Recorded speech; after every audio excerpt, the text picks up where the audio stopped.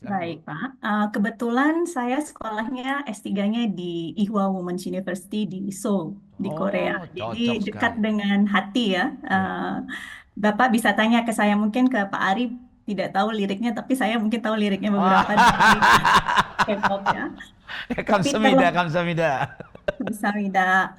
Tapi terlepas dari itu mungkin sedikit view dari hubungan internasional ya terhadap bagaimana si K-pop dan martial law yang ada sekarang. Saya ingin memberi label ya, mungkin seperti harmoni budaya dan perlawanan sosial. Ada tiga hal sebenarnya yang penting. Yang pertama adalah kita bisa melihat bahwa adanya mobilisasi massa atau gerakan sosial yang berakar pada identitas subcultural. Dan ini Pak Deddy sudah sebut beberapa kali ya, wah ini kayaknya punya kesamaan, suka sama-sama dengan K-pop sehingga mereka membentuk suatu gerakan sosial. Nah, sudah banyak ada definisi dari social movement itu sendiri dan banyak juga yang menganalisis mengenai tentang K-pop itu apa hubungannya dengan social movement. Yang paling utama saya ingin meng-highlight bahwa itu adalah suatu pemberdayaan ya bagi penggemarnya. Jadi penggemar K-pop ini diberdayakan oleh idol atau idol-idol mereka karena mengapa? Karena mereka mempunyai tujuan dan identitas. Nah, interaksi idol dengan K-pop fansnya itu sangat-sangat intens ya dalam artian mereka memiliki hubungan emosional di mana sebenarnya fans ini melihat K-pop idol itu memberikan nilai-nilai dan kalau kita tahu sedikit cerita tentang bagaimana suatu idol dari training menjadi idol itu berat hidupnya. Jadi ada training dan lain sebagainya. Jadi kita lihat bahwa mereka tuh ada nilai-nilai yang seperti kerja keras, solidaritas, dan keberanian dalam menghadapi tantangan. Hal ini, nilai ini tuh terefleksikan di dalam fansnya sendiri. Sehingga ini adalah salah satu driven-nya, internal driven yang membuat mereka itu lebih aktif menyuarakan isu.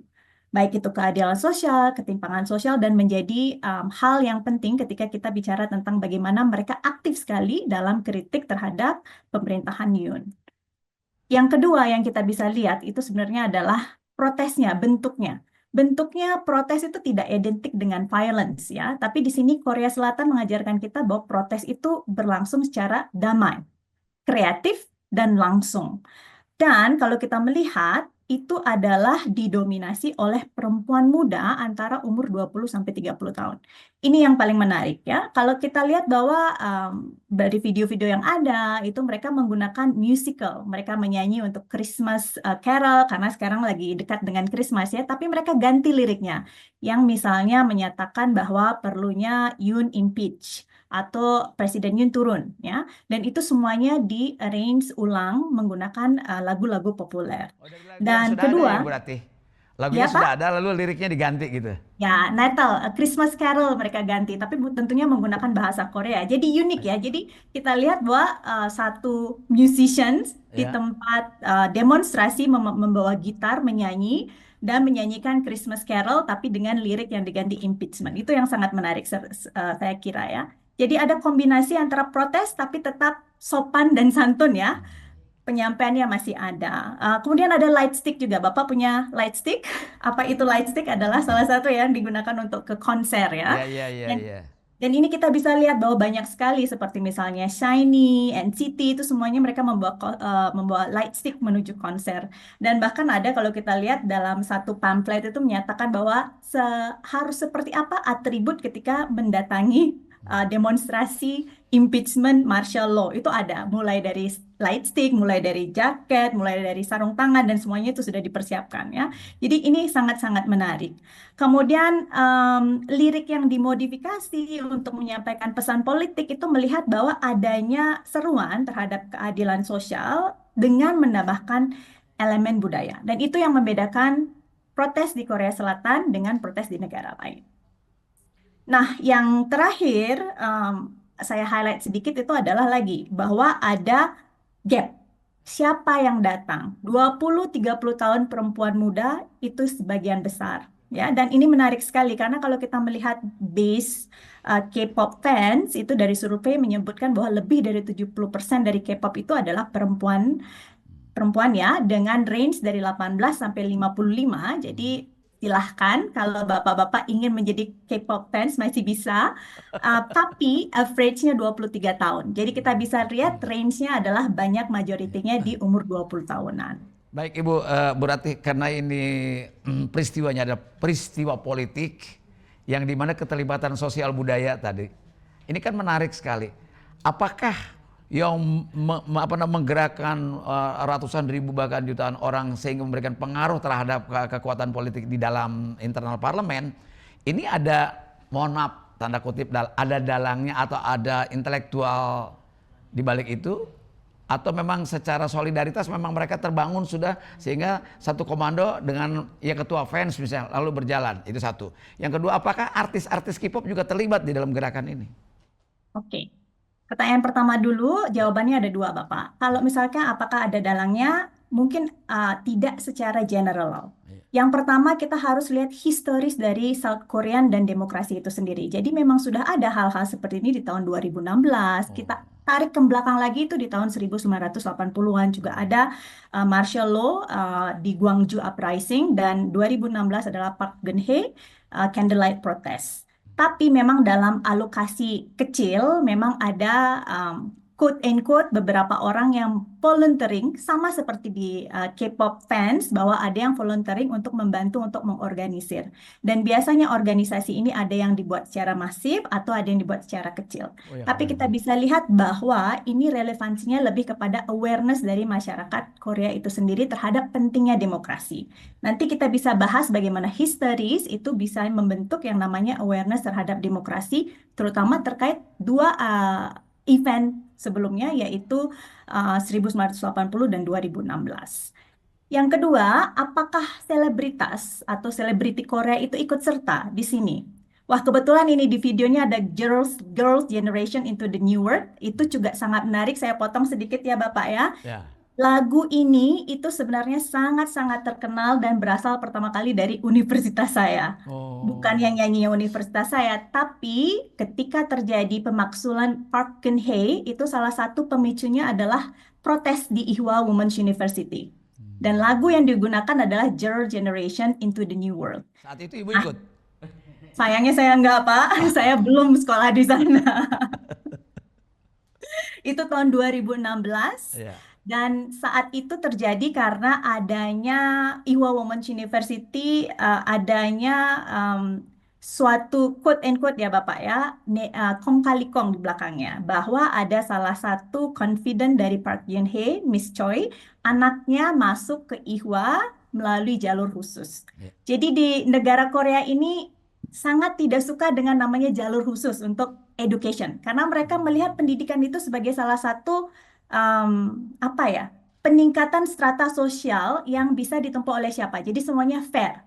Begitu pula dengan universitas-universitas terkenal, itu mereka menginginkan bahwa siapapun, baik dari kaya atau miskin, akan naik status sosialnya ketika mereka bisa mendapatkan seat atau tempat di universitas tersebut. Jadi nggak mengenal ordal ya Bu? Nggak ada ordal.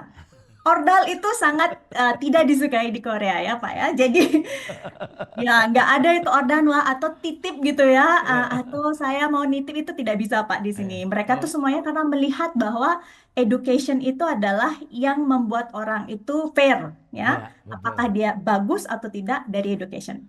Kalau di sini tuh istilahnya nggak mengenal nasab lah ya. Mau anak siapa kayak lu sama aja haknya gitu ya. Ya Bu ya. Tapi agak sulit sepertinya di Indonesia masih ya. Kalau misalnya di Korea itu sangat-sangat. Sehingga ketika confident-nya Park Geun-hye saat itu Miss Choi anaknya masuk ke Ewha, ada resistensi dari anak-anak Ewha sendiri. Karena mereka berpikiran, loh kenapa? Why the privilege? Kenapa preferential treatment-nya? Sehingga menimbulkan yang namanya demonstrasi, dan demonstrasi itu akhirnya bergulir sehingga merembet menjadi Park Geun-hye turun 2016. Itu yang menyebabkan. Nah, kembali lagi ke selebritas, sebenarnya ada dua isu yang terjadi. Ini sangat menarik sih kalau kita melihat bagaimana culture and politics ya di dalam Korean society. Yang pertama itu, selebritas ini walaupun terkenal tapi hidupnya sulit, Pak. Dalam arti mereka itu under public scrutiny. apapun yang dilakukan, mereka itu akan mendapatkan komentar. Dan salah satu bentuk dari Korean society itu adalah mereka very opinionated.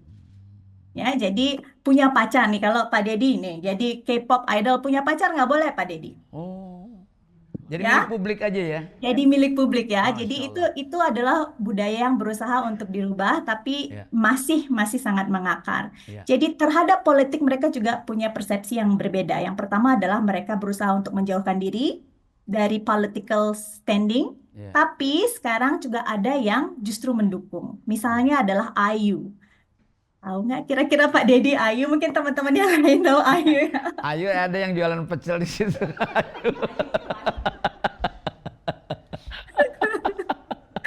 Iya, mungkin IU yang lainnya ini Pak. Saya Dengar dan saya juga jangan ahli. ngikutin di TV aja. Begitu K-pop masuk ke sini, mak-mak rambutnya pada merah. Dan ada hijau dan biru dan ungu ya Iya, Pak ya. iya, Jadi iya. ada banyak ya. Iya, iya, Bu. Misalnya adalah bentuk solidaritasnya tidak langsung mendukung, tapi misalnya Oh. Korean culture itu sangat terkenal dengan namanya AA atau AA. Apa itu Oh. AA? Oh. Ice Americano. Jadi mau Oh. winter, mau summer, mau spring, apapun jawabannya Ice Americano. Oh, Jadi SMA. mereka membayar minuman di sekitar tempat demonstrasi dan Hmm. bisa diambil oleh demonstran Oh, kalau di sini secara mungkin gratis. itulah es teh itu kalau mungkin di sini ya gitu ya. Ya, es teh Lagi tawar ya. lagi Kalau di jualan es Bandung teh es teh gitu. tawar, teh tawar ya, teh tawar hangat. Oh, Itu ya kalau di karena di sana Bandung. dingin. Kalau di sini panas makanya es teh. Jualan Oh sono gitu loh. baik. Gitu ya, Bu. Ya, Jadi bentuk berarti ekspornya begitu. ya kajiannya menarik sekali ya. Tadi sudah dijabarkan faktor-faktor yang memungkinkan. Nah, kalau gitu saya ingin mencari tahu sebetulnya kekuatan sosial budaya yang dilakukan oleh K-pop fans itu atau K-pop ya fans clubnya itu sejauh mana pengaruhnya, berapa persentasenya dibanding kekuatan politik, atau mungkin sekedar mendukung, meramaikan, atau justru memberikan pressure di tengah-tengah selebritis dari K-pop itu sendiri ternyata terkenal tapi tidak bahagia kan? Ya kan? Artinya walaupun ya memang akhirnya minim skandal loh dibanding di sini. Misalnya di sini kan artis bisa narkoba, bisa mau kawin lagi, hari ini mesra besok 6 bulan kemudian bercerai, misalnya gitu.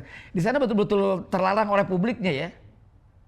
Ya, kalau selebriti di sini mereka benar-benar harus keep up ke public eyes. Cuman yang menarik ya, Pak Dedi ya, saya pikir adalah sebenarnya apa yang terjadi demonstrasi ini bukan hanya K-pop-nya Ya. saja, tapi lebih kepada siapa K-pop fans itu. K-pop fansnya adalah perempuan usia 20 sampai 30 tahun. Oh. Kenapa ini penting? Karena kita harus kembali lagi ke election di tahun 2022.